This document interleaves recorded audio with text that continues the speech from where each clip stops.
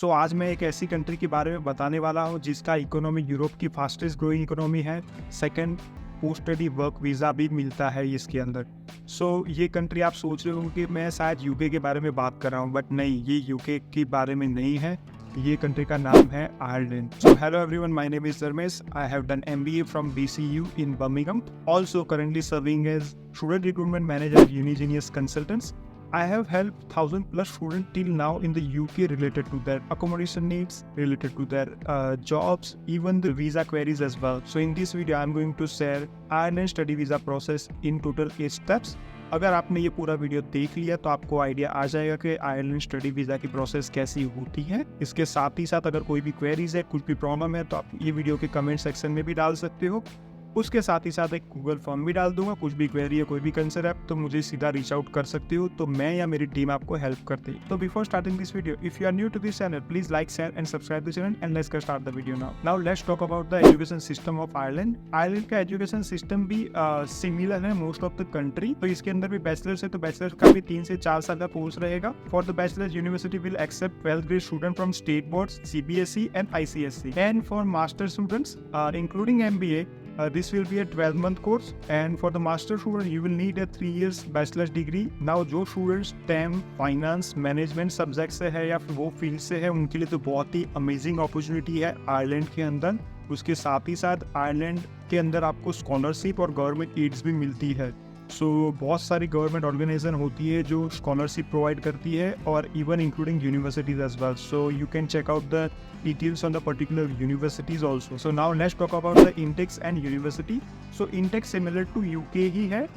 जो सबसे बड़ा इंटेक होता है सितंबर इंटेक है, और एक नॉर्मल जो दूसरा इंटेक होता है जनवरी इंटेक। ये दोनों बिग इंटेक ही बोलते हैं, बट जो भी मास्टर स्टूडेंट्स होते हैं वो लोग ज़्यादा प्रीफर करते हैं सितंबर इंटेक, बिकॉज वहाँ पे कोर्सेज वगैरह ऑफर ज़्यादा होते हैं, यूनिवर्सिटी एक्सेप्ट करते हैं, ज़्यादा वेराइटी ऑफ कोर्स मिल जाता है, और काफ़ी सारी यूनिवर्सिटी तो जनवरी इंटेक भी प्रोवाइड नहीं करती है। अब बात करते हैं यूनिवर्सिटीज़ एंड कॉलेजेस के बारे में।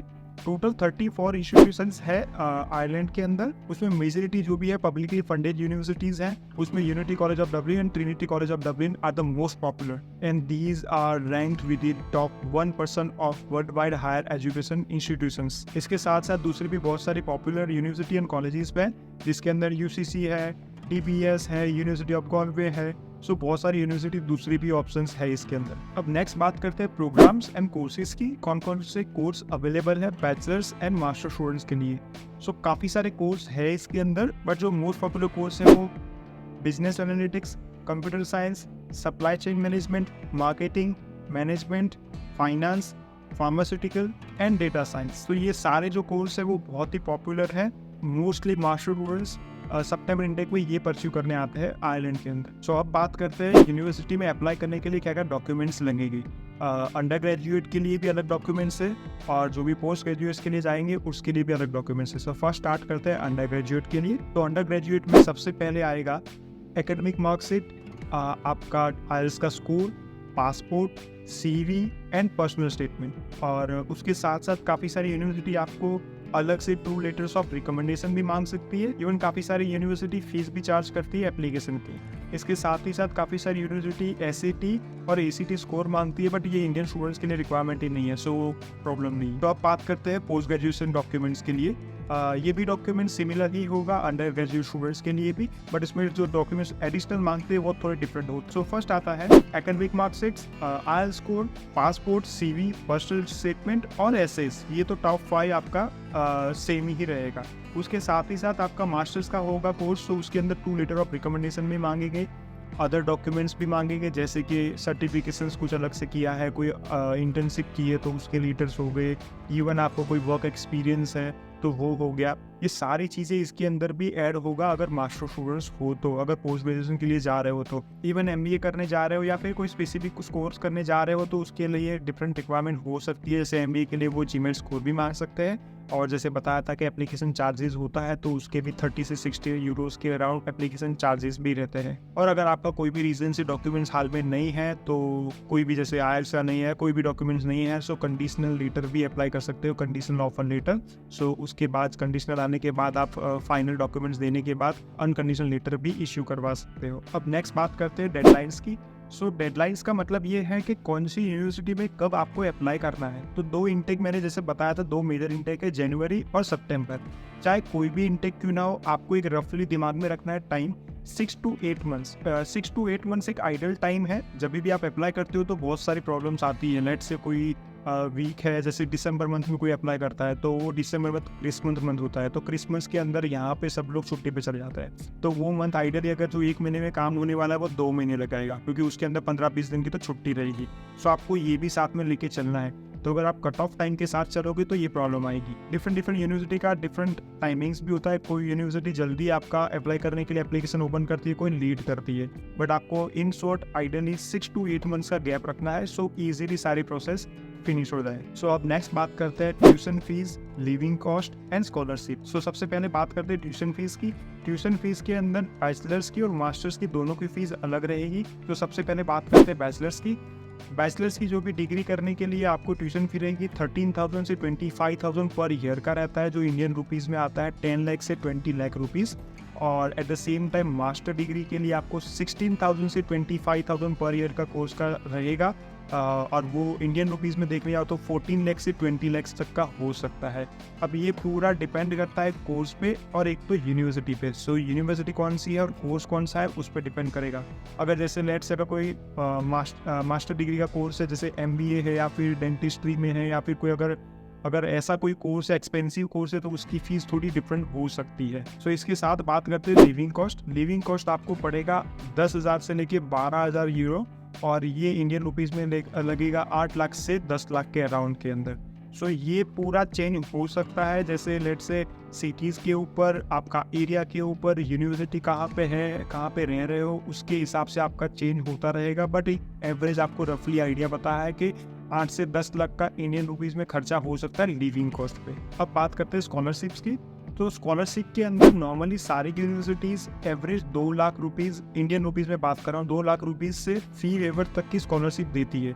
मतलब आपको मिनिमम एवरेज 2 लाख तो मिल ही सकता है, और उसके ऊपर भी फी वेवर भी तब जाता है जब आपका वो उसमें अप्लाई करते हो। वो टोटली डिपेंड करता है, उसकी एलिजिबिलिटी पूरी डिफरेंट होती है, तो वो आपको चेक करना पड़ेगा। इसके अंदर जो स्कॉलरशिप है, एक the government of Ireland international education scholarship is the most popular scholarship. तो ये भी आप ट्राई कर सकते हो। ये स्कॉलरशिप के अंदर काफ़ी स्टूडेंट्स को फी वेवर भी मिलता है। जैसे मैंने बताया, इसमें एलिजिबिलिटी क्राइटेरिया डिफरेंट हो सकता है, बट आपको एक बार चेक करना है, इसके अंदर भी मिल सकता है। Those who are bright students and those who have good marks in academics. अब बात करते हैं डॉक्यूमेंट्स क्या क्या लगेगा स्टूडेंट वीज़ा की प्रोसेस के लिए, और फंड्स कितना लगता है आयरलैंड स्टडी वीज़ा के लिए। तो फर्स्ट है प्रूफ ऑफ एनरोलमेंट, जो लेटर ऑफ एक्सेप्टेंस रहेगा आपका, passport, statement of purpose, evidence of financial ability, academic and work documents, PCC that is police clearance certificate, overseas insurance cover, tuition fee receipt and IELTS code.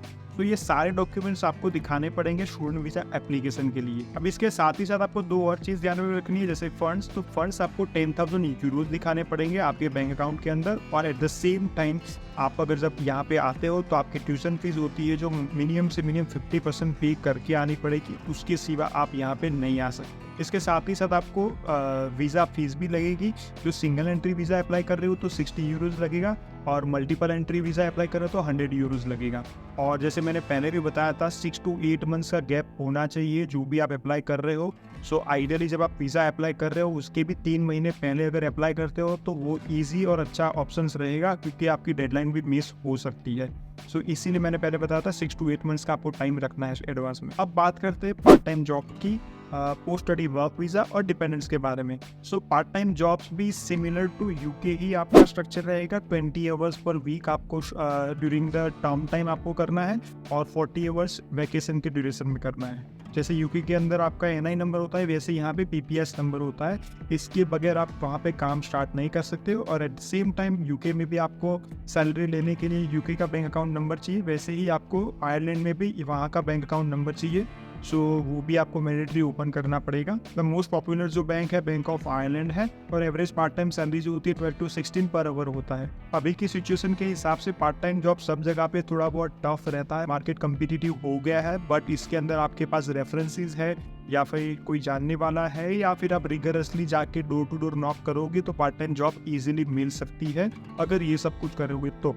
The same time आपको 2 साल का PSW जो post study work permit था वो भी यहाँ पे मिलता है। तो एक ये ईजी ऑप्शन है सेटल डाउन होने के लिए भी। सो यहाँ पे टोटल 5 इयर्स का स्टे अगर है स्टूडेंट्स का तो भी 5 साल के बाद उसको PR का ऑप्शन होता है, PR इजीली मिल जाता है एज कम्पेयर टू UK। उसके अंदर थोड़ी बहुत कंडीशंस है, वो बहुत ही इजी है compare to UK। So at least आप ये मान के चल सकते हो कि 5 साल के बाद आप PR ले सकते हो यहाँ पे, और वर्क पे सीधा गए हो तो वर्क के तो ऊपर सीधा आप 2 साल के बाद भी जा सकते हो।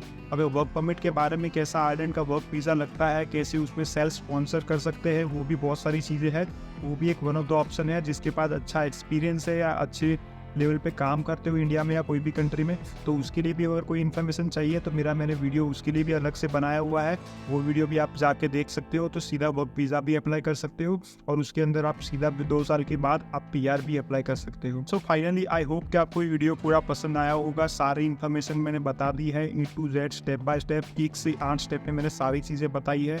अगर वीडियो पसंद आया तो please like and subscribe the channel, और कोई भी क्वेरी है कुछ भी है तो आप कमेंट डाउन भी कर सकते हो। और मैंने जैसे बताया था गूगल फॉर्म भी मैं ये वीडियो के लिंक में डाल दूंगा, तो गूगल फॉर्म भर के आप सारी डिटेल्स भी हमसे शेयर कर सकते हो, तो मैं या मेरी टीम आपको हेल्प करेगी।